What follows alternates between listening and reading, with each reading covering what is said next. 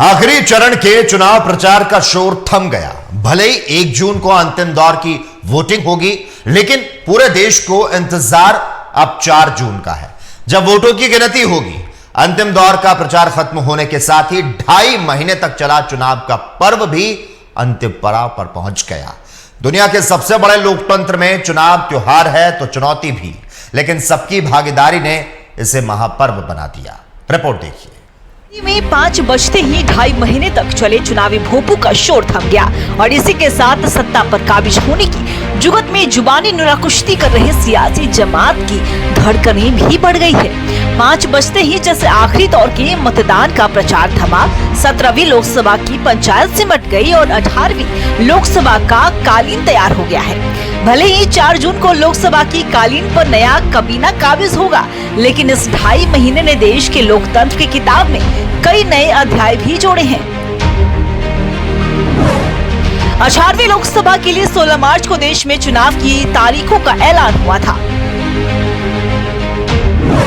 मुख्य चुनाव आयुक्त राजीव कुमार ने पीसी कर लोकसभा चुनाव की घोषणा की थी। चुनाव का पर्व देश का गर्व का नारा दिया गया। 7 चरणों में चुनाव की तारीखों की घोषणा हुई। 19 अप्रैल को पहला चरण, 26 अप्रैल को दूसरा चरण, 7 मई को तीसरा चरण,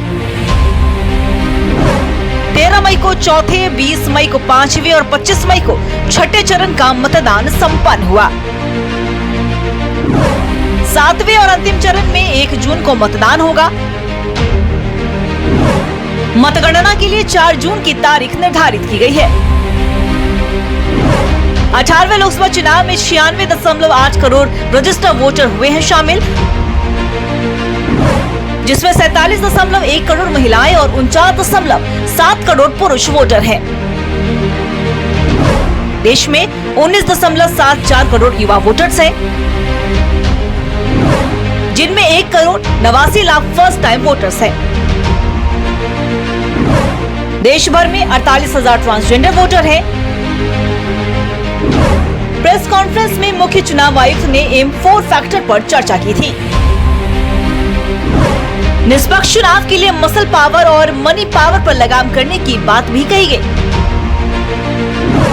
मिस इन्फॉर्मेशन से निपटने के लिए भी चुनाव आयोग ने तैयारियों का ब्यौरा दिया। मॉडल कोड ऑफ कंडक्ट यानी कि आचार संहिता उल्लंघन को लेकर भी सख्त हिदायतें दी गई। 16 जून को 17वीं लोकसभा का कार्यकाल खत्म हो रहा है, लेकिन सबको इंतजार है अब 4 जून का, जब ईवीएम का पिटारा खुलेगा और 18वीं लोकसभा की नई नवेली तस्वीर सामने होगी। दुनिया के सबसे बड़े लोकतंत्र में चुनाव का पर्व त्योहार भी है, तो चुनौती भी। सरकार बनती बिगड़ती रहती है, लेकिन चुनाव में आम लोगों की भागीदारी देश को मजबूत करता है। जनता का जनता के लिए और जनता द्वारा की थ्योरी को सशक्त बनाता है। Bureau report TV 45। तो झारखंड में 3 सीटों पर चुनाव के लिए प्रचार का जो शोर है वो थम चुका है और इस खबर पर ज्यादा जानकारी देने के लिए, हमसे चर्चा करने के लिए इस वक्त हमारे साथ रांची से चितरंजन जी, राकेश जी इस वक्त लाइव जुड़ चुके हैं, तो साथ ही धनबाद से हमारे साथ हमारे संवाददाता प्रकाश कुमार लाइव जुड़ चुके हैं। राकेश जी, सबसे पहले आपके पास आना चाहूंगा।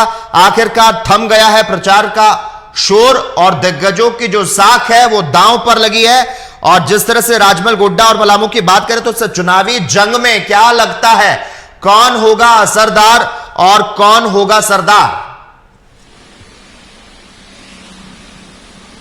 देखिए लोकेश, निश्चित तौर पे आपने जिस तरीके से कहा कि कौन होगा सरदार, तो कहीं ना कहीं इस बात को लेकर जरूर चर्चा चल रही है कि कौन होगा सरदार, लेकिन अभी ये कहना बड़ा मुश्किल होगा, क्योंकि अंतिम चरण की बातचीत की जाए, इस चरण में जिस तरीके से प्रचार किया गया है तमाम राजनीतिक दल के लोगों की तरफ से, प्रत्याशियों की तरफ से, सबने अपनी पूरी ताकत झोंकी है। और जिस तरीके से खास करके सबसे बड़ी बात कही जा सकती है कि इन 3 सीटों की जब हम चर्चा करते हैं तो निश्चित तौर पर कहा जा सकता है कि बीजेपी के लिए एक बड़ी चुनौती होगी कि 3 में से 2 सीटें फिलहाल उनके पास है, 1 सीट जेएमएम के पास है। तो ऐसे में तेजी से इस बात पे चर्चा है कि क्या इन दोनों सीटों के अलावे तीसरे सीट पर बीजेपी किस तरीके से अपनी उपस्थिति दर्ज करा पाएगी। हालांकि जिस तीसरे सीट की हम बात कर रहे हैं वो राजमहल का सीट है, और वहां जिस तरीके से लॉबिन हेम्ब्रोम एक प्रत्याशी के रूप में खड़े हैं, जो जेएमएम कोटे से विधायक हैं, उनके खड़ा होने के बाद से वहां त्रिकोणीय मुकाबले की चर्चा हो रही है, और ऐसे में साफ है कि अभी भी बड़ी चुनौती होगी तमाम राजनीतिक दलों के लिए। जी ठीक है चितरंजन जी, मैं आपके पास आना चाहूंगा। इस बार आत्मविश्वास से लबरेज भारतीय जनता पार्टी या फिर उम्मीद से भरी कांग्रेस पार्टी, क्या लगता है जनता को इस बार किसने ज्यादा लुभाने का काम किया? चितरंजन। देखिए लोकेश, ये 7वें चरण का मतदान और आखिरी चरण का मतदान है। 1 जून को मतदान होने हैं। उससे पहले आज जो है 5 बजे चुनाव प्रचार जो सभाओं से होती है वो उस पर जो है वो थम गया है। लेकिन अब जो प्रत्याशी हैं वो डोर टू डोर जाकर कैंपेनिंग करेंगे। अगर बात की जाए तो देश के 57 जो ऐसे सीटों हैं जहां पर 7वें चरण पर मतदान होने, वहीं झारखंड की बात की जाए तो झारखंड में 3 सीटों पर मतदान होने हैं। दुमका, राजमहल और गोड्डा की वो सीट है। सबसे तीनों सीटें काफी महत्वपूर्ण है और बड़ा दिलचस्प है। इसलिए ऐसा है क्योंकि गोड्डा की सीट जिस पर निशिकांत दुबे बीजेपी के उम्मीदवार थे, वहीं कांग्रेस से प्रदीप यादव उम्मीदवार बनाए गए। गोड्डा के सांसद निशिकांत दुबे को ऐसा कहा जाता है कि वो बीजेपी के जो स्टार लीडर है जो है मोदी और शाह, उनके फेथफुल बहुत भरोसेमंद खिलाड़ी माने जाते हैं। उनके भरोसेमंद नेता हैं अमित शाह के ये दोनों निशिकांत दुबे। तो एक उनका भी 7वें चरण पर मतदान होना है। वहीं अगर बात की जाए राजमहल की सीट, तो देखिए राजमहल की सीट में त्रिकोणीय जो है मुकाबला देखने को मिल रहा है, क्योंकि वहां पे जहां विजय हांसदा है वहीं जेएमएम के प्रत्याशी जो है लोबिन हेम्ब्रम, उनके चुनाव लड़ने से मामला त्रिकोणीय हो गया। बीजेपी की तरफ से ताला मरांडी। वहीं अगर दुमका की सीट की बात की जाए जो जेएमएम का परंपरागत सीट माना गया है, वहां जेएमएम की जो बहू है सीता सोरेन वो बीजेपी की उम्मीदवार है। तो तीनों ही सीटें झारखंड के लिए काफी महत्वपूर्ण है राजनीतिक इतिहास के लिए, क्योंकि तीनों सीटों पर अगर कुछ भी उलटफेर होता है तो एक बड़ा राजनीति झारखंड की अलग दिखने को मिलेगी। और इन तीनों ही सीटों पर संथाल की जो सीटें हैं, संथाल की राजनीति इन दिनों झारखंड में बड़ा हिट रहा। इसलिए हिट रहा क्योंकि जहां एक तरफ इंडिया गठबंधन की बात की जाए तो बड़े नेता लगातार वहां पर जो है सभाएं कर रहे थे, चुनाव प्रचार कर रहे थे। खुद इसकी बागडोर जो है हेमंत सोरेन की पत्नी कल्पना सोरेन जो है वो बागडोर पूरे निभा रही थी। वहीं अगर बीजेपी की तरफ से बात की जाए तो बीजेपी के जो स्टार प्रचारक है वो लगातार संथाल के दौरे पे थे। या मोदी की बात, प्रधानमंत्री की बात की जाए या गृह मंत्री अमित शाह की बात की जाए, ये दोनों नेताओं की भी सभाएं वहां पर हुई है। तो जाहिर तौर पे संथाल की सीटों पर सबकी नजर है, क्योंकि संथाल की राजनीति से ही झारखंड की राजनीति पर बहुत कुछ निर्भर करता है। इसलिए दोनों ही पार्टियां, चाहे एनडीए हो चाहे इंडिया हो, दोनों ही पार्टियां जो है संथाल की सीटों पर काबिज होना चाहती है। अगर बात की जाए पिछले बार के रिकॉर्ड की, तो संथाल में से 2 सीटें जो बीजेपी के तरफ थी, 1 सीट पर जेएमएम के विजय हांसदा जो इस बार भी चुनावी मैदान में वो जीते थे। तो इस बार बड़ा दिलचस्प मुकाबला वहां देखने को मिल रहा है, जहां एक तरफ इंडिया गठबंधन की एकजुटता से प्रदीप यादव गोड्डा से जो कांग्रेस के प्रत्याशी है उनकी मजबूती बताई जा रही। वहीं निशिकांत दुबे ने पहले कहा था अगर कांग्रेस जो है प्रदीप यादव को अपना उम्मीदवार बनाती तो चुनाव प्रचार से दूर रहेंगे। ये तो सियासी एक बयानबाजी हो गई, लेकिन जब से प्रदीप यादव को प्रत्याशी बनाया गया उसके बाद से लगातार जो है रोड पर, सड़कों पर प्रचार प्रसार करते दिखे निशिकांत दुबे। साथ ही साथ बड़े नेताओं को भी उन्होंने गोड्डा बुलाया था प्रचार प्रसार करने के लिए। तो देखिए गोड्डा की सीट इसलिए इम्पोर्टेंट है। वहीं अगर दुमका की बात की जाए तो सीता सोरेन पर दांव बीजेपी ने खेली है। ये सीता सोरेन के लिए भी बड़ा राजनीतिक दांव है, उनके राजनीतिक कैरियर के लिए। अगर चुनाव हारती है तो बीजेपी ना घर के रहे, ना जेएमएम की ही बची हुई है, ना बीजेपी की रह जाएंगी, क्योंकि चुनाव हार जाएंगी। तो दुमका सीट सीता सोरेन के लिए भी महत्वपूर्ण है और बीजेपी के लिए भी। बीजेपी के इसलिए इम्पोर्टेंट है लोकेश, क्योंकि अगर बीजेपी वहां उस सीट हार जाती है तो बीजेपी पर फिर एक बार बड़ा आरोप लगेगा कि वो दूसरे दलों से नेता लेकर भी वो चुनाव नहीं जीत पाए। तो दुमका की सीट नजर है, क्योंकि जिस तरीके से सोरेन परिवार में बहुओं की राजनीति दिख रही है, एक तरफ कल्पना सोरेन जेएमएम की बागडोर और राज्य सरकार की बागडोर संभालते हुए नजर आ रही है, खुद चुनाव प्रचार को अगुवाई कर रहे। वहीं दूसरे तरफ बीजेपी संथाल में सीता सोरेन को जेएमएम परिवार की जो बहू है, पहली बहू, उसको चेहरा बनाना चाहते हैं। ऐसे में अगर सीता सोरेन पर बीजेपी का दांव उल्टा पड़ जाता है तो बीजेपी के लिए आने वाले जो विधानसभा के चुनाव है उसमें जो है उसमें भी इसको नुकसान होगा। तो वहीं अगर राजमहल की बात की जाए, जहां से विजय हांसदा सांसद हैं, वो जेएमएम के सांसद हैं, इस बार भी वो चुनावी मैदान पे, तो वहां देखिए वहाँ की राजनीति में विजय हांसदा के पिताजी भी वहाँ से सांसद रहे हैं, ये भी सांसद रहे हैं लगातार 2 बार से।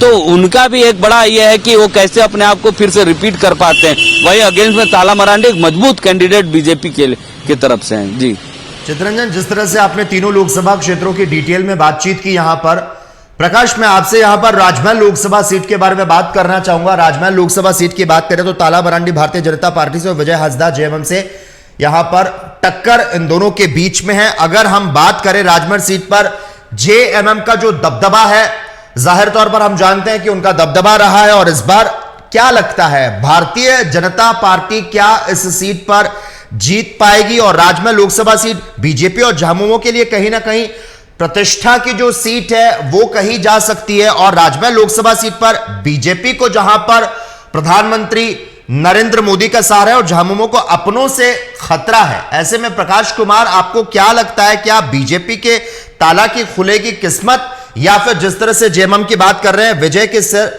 जो सहरा है विजय का, क्या इनके सर पर सजेगा? क्या लगता है आपको?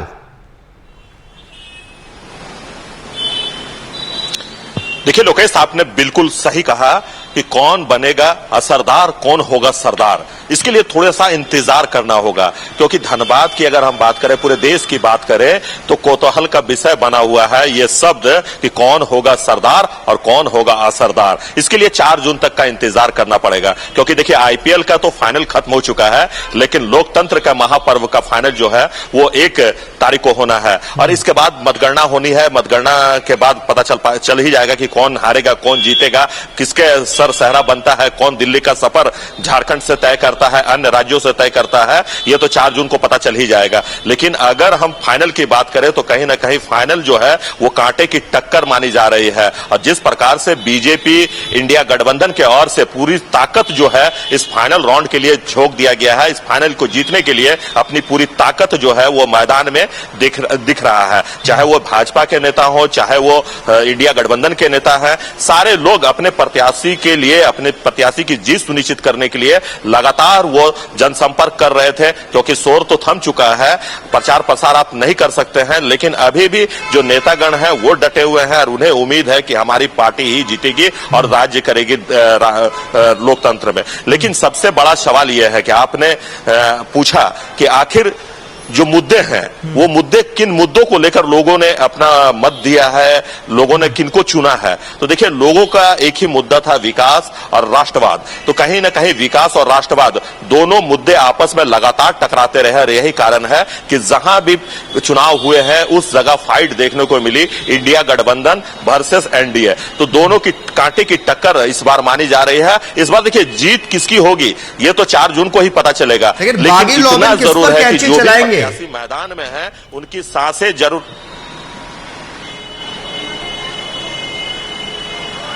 जी एक बार सवाल पुनः दोहराएं। जो बागी लॉबिन है, आपको क्या लगता है किस बार इस बार कैची चलाएंगे?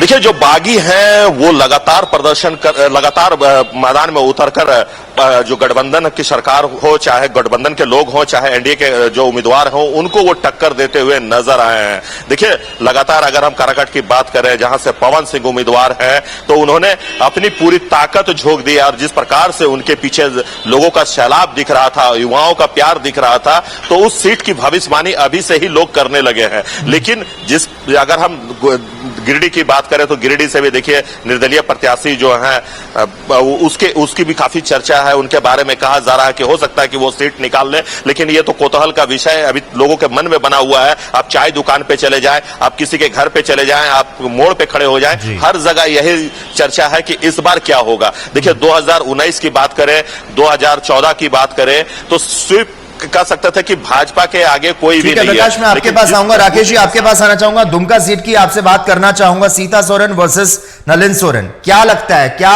घर की बड़ी बहू सीता सोरेन भारतीय जनता पार्टी को इस बार जीत दिला पाएंगी? क्या शिबू सोरेन की कश्ती जो डूबती हुई नजर आ रही है उसको निकाल पाएंगे नलिन? फिर से दुमका सीट पर कौन कब्जा जमाएगा, जेएमएम या फिर भारतीय जनता पार्टी? क्या लगता है? देखिए लोकेश, बड़ा सवाल होगा खास करके ये कि आखिर कौन भारी पड़ेगा किस पर, लेकिन निश्चित तौर पे देखा जा सकता है कि बीजेपी वहां पे सिटिंग जगह थी उनकी, और खास करके जिस तरीके से सीता सोरेन का जब नाम आया तो वहां कहीं न कहीं पहले से जो उनकी पकड़ है, उनकी पार्टी की पकड़ है, उनके परिवार की जो पकड़ है, उसका फायदा भी उनको थोड़ा मिलता नजर आएगा, क्योंकि गुरु जी की सीट मानी जाती है वो इलाका जो पूरा है, और जामा जो बगल के इलाके की बातचीत की जाए वहां से विधायक भी है सीता सोरेन। तो ऐसे में निश्चित तौर पर कहा जा सकता है कि जेएमएम का जो गढ़ है ही वहां पे, लेकिन फिर भी ये कहा जा सकता है कि सीता सोरेन के बीजेपी में आने से उनको थोड़ा और भी फायदा होता नजर आ रहा है। लेकिन पूरी कांटे की टक्कर दिखाई पड़ रही है जेएमएम और बीजेपी, जिस तरीके से एक दूसरे के प्रतिद्वंदी दिखाई पड़ रहे हैं वहां पे, इससे साफ होता नजर आ रहा है दुमका सीट भी कहीं न कहीं किसी के लिए आसान नहीं होगा। नलिन सोरेन की जहां तक बात है, वो भी उसी इलाके से विधायक हैं और जेएमएम में कद्दावर नेताओं में से माने जाते हैं, तो उनकी भी एक पहचान वहां पे है, पकड़ भी है। पार्टी की उनकी पकड़ पहले से बताई जाती है, उस इलाके के तमाम जो विधानसभा के सीट हैं उनमें कई ऐसे इलाके हैं जहां जेएमएम की पकड़ पहले से मजबूत बताई जाती है। तो ऐसे में ये भी सीट काफी कांटे की टक्कर वाली होगी। लेकिन बीजेपी की बातचीत की जाए तो निश्चित तौर पर देखा जा सकता है कि बीजेपी ने अपनी पूरी ताकत झोंकी है, बड़े दिग्गज नेता वहां पहुंचकर अपनी बातों को रखने की कोशिश की है, और संथाल परगना की बातचीत की जाए तो निश्चित तौर पर देखा जा सकता है कि जो गंभीर मुद्दे हैं उस पर कहीं न कहीं लगातार बातचीत की जाती है। तीनों सीटों की बातचीत की जाए तो कई ऐसे बड़े मुद्दे हैं जिसको राष्ट्रीय और अंतर्राष्ट्रीय स्तर पर भी चर्चा के बीच लाया जा रहा है। तो ऐसे में सवाल ये खड़ा होता है कि इन सारे मुद्दों को लेकर कौन संजीदगी बरतेगा, कौन किस तरीके से निपटारा करेगा, ये एक बड़ा सवाल होगा। और इसको संथाल में जो पूरी राजनीति है वो झारखंड की, वो यहां पर शिफ्ट हो चुकी है। धन्यवाद प्रकाश कुमार, धन्यवाद राकेश जी आपका, और साथ ही साथ चितरंजन आपका भी धन्यवाद हमारे साथ इस मुद्दे पर जुड़ने के लिए और चर्चा करने के लिए।